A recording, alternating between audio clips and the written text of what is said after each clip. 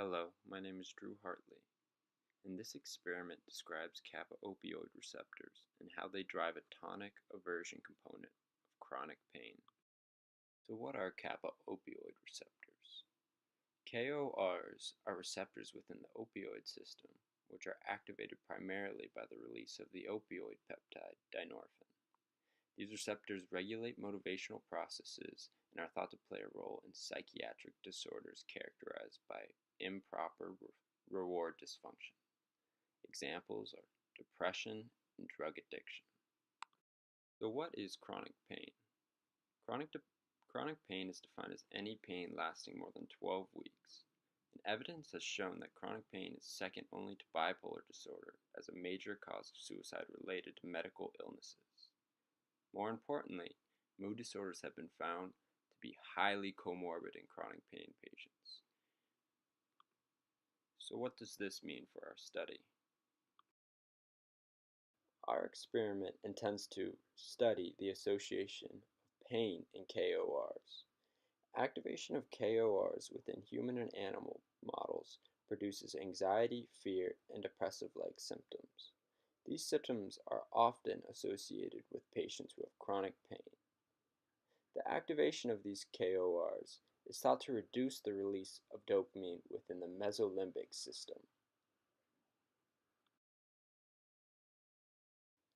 Although we have linked kappa opioid receptors with mechanisms of motivation and addiction, we have not discussed their role in chronic pain.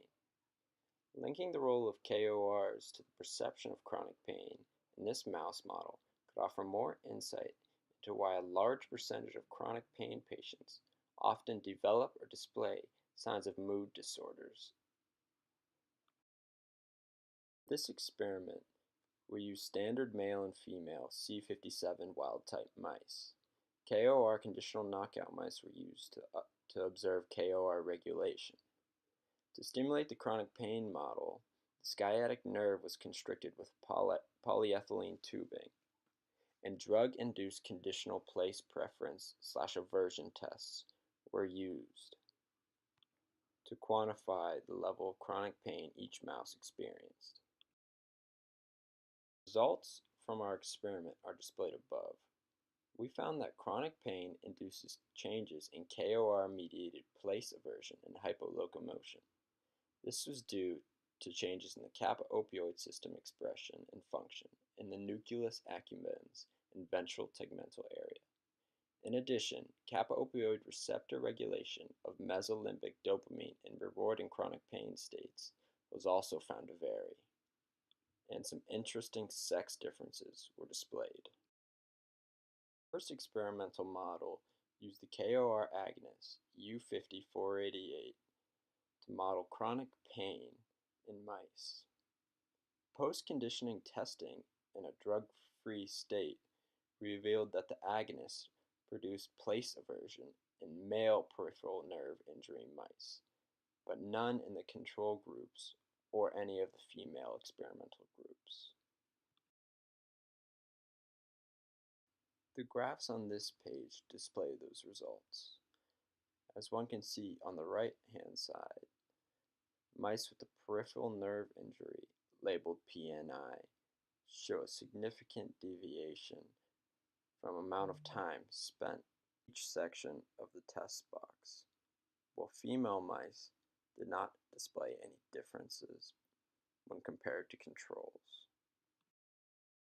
This experiment used ex vivo analysis of mRNA expression using an RNA scope. We observed a profound increase in KOR and pro-dimorphin mRNA expression, where KOR mRNA expression in the nucleus accumbens and ventral tegmental area were increased in male PNI groups, but there was no change detected in any of the female experimental groups. Displayed on the left is the visual quantification of mRNA expression of KOR and pro-dimorphin. On the right, we see graphs which quantify these pictures. The male group shows significant increases in levels of PDYN and OPRK1 in male PNI groups, but there is no observed difference in females. In order to measure the role of kappa opioid receptors in their regulation of mesolimbic dopamine in the reward pathway, mice were treated with the chemical JD-TIC, a long-lasting KOR antagonist. When this antagonist was used, it was found that induced dopamine release recovered to levels similar to sham groups. These graphs have serious significance because there has been strong correlation shown between mesolimbic pathway dysfunction and the development of chronic pain. The graph above displays the recovery period in a timeline, as JD-TIC was administered to male mice with peripheral nerve injuries, and the recovery was recorded over 100 minutes. In order to expand upon the results from the previous experiment, a second inversion test was used, but this time mice were treated with JD-TIC 24 hours prior to being conditioned. The results of this experiment aimed to study the effect that kappa opioid receptors have on the development of an aversion. This aversion was measured in amount of time spent in each compartment model. The results here show that JD-TIC was effective in preventing place aversion in male mice, but not with female mice. This data is concordant with our first study and highlights the sensitivity present in kappa opioid receptor density and reactivity based on sex differences. This is information that could be critical in designing another experimental study. Looking through our results, there are a few major topics of discussion that we can draw conclusions from. We first considered why there are potential sex differences in kappa opioid receptor expression within a chronic pain model. Second, we present evidence that suggests the kappa opioid receptor system within the nucleus accumbens underlies negative stress states and stressful reactivity. Lastly, we prove that KOR antagonists can be effective for treating the aversion component of chronic pain. So why are there potential sex differences in the effect of KOR expression in chronic pain?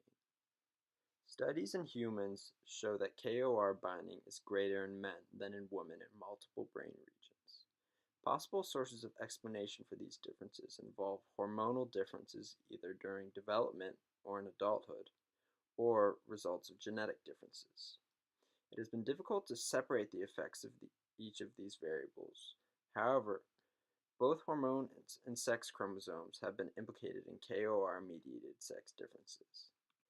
The association between kappa opioid receptors and mood disorders is critical to understanding more about these conditions.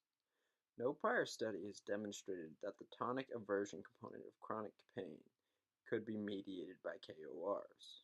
Our study shows through mRNA quantification that KOR modulation of dopamine release underlies the tonic aversion component of pain and provides evidence to suggest that this may be taking effect in neurons of the nucleus accumbens.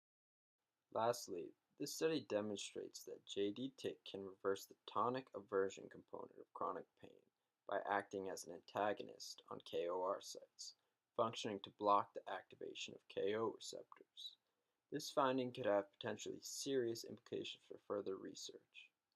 There are many promising studies which have demonstrated that KOR antagonists can alleviate motivational drives of addiction, but a lot remains unknown. The impact of the present study is relevant to affective disorders associated with disruption of reward circuitry, and thus likely contributes to many of the devastating effects of chronic pain, debilitating affective disorders, and substance abuse. Our findings likely hold significance in other conditions such as anxiety disorders and depression, which demonstrate high comorbidity with chronic pain. Although there was a lot tested for in this study, there are a few critiques which could be discussed. First, testing the effect of different KOR antagonists on receptor response could offer more insight into the functioning of this ligand. Additionally, since there weren't significant results developed for the tonic aversion of female mice, classifying the stage of their menstrual cycle could provide greater detailing of data for more comparison.